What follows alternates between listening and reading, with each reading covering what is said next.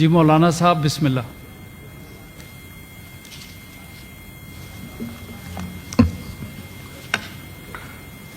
نحمده ونصلي على رسوله الكريم اما بعد.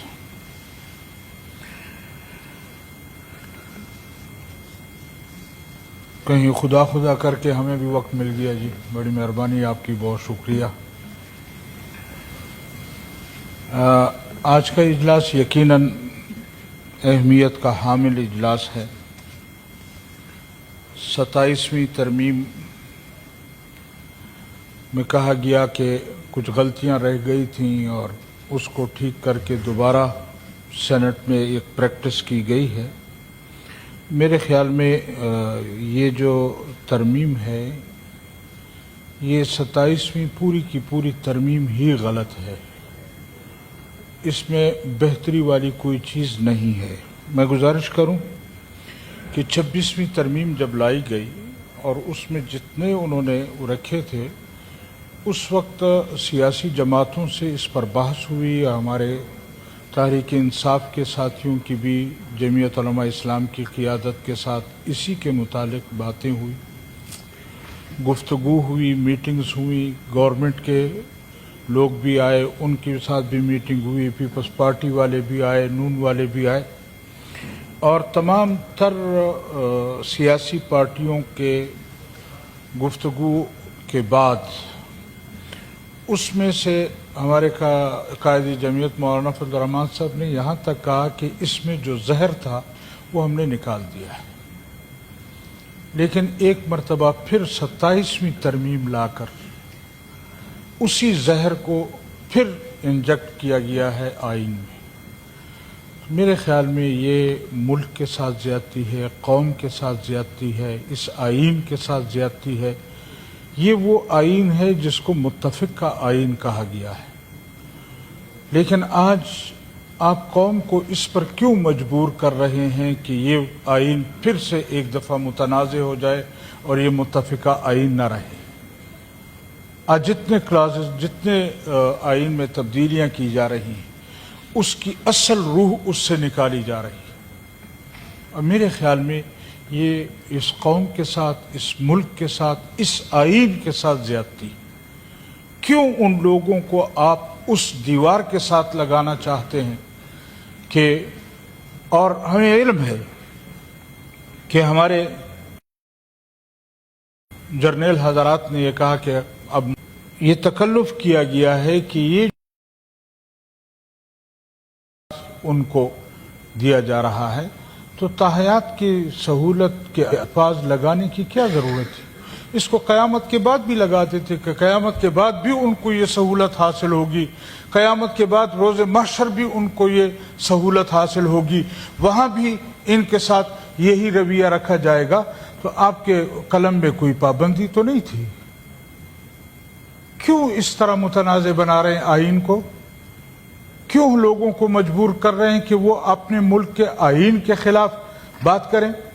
ہم آئین کے ساتھ ہیں، لیکن اس آئین کے ساتھ ہیں جو متفق آئین تھا. ہم اس آئین کے ساتھ ہیں جو جرنیلوں کا بنایا ہوا آئین نہیں ہے، جو سیاسی جماعتوں کا بنایا ہوا آئین ہے. آج جو ترامیم ہو رہی ہیں یہ جرنیلوں کی طرف سے ہو رہی ہیں ان کو سہولتیں دینے کے لیے. اب ماشاء اللہ کی ضرورت نہیں ہوگی، اب ان لوگوں کو سروں پر بٹھا دیا گیا ہے.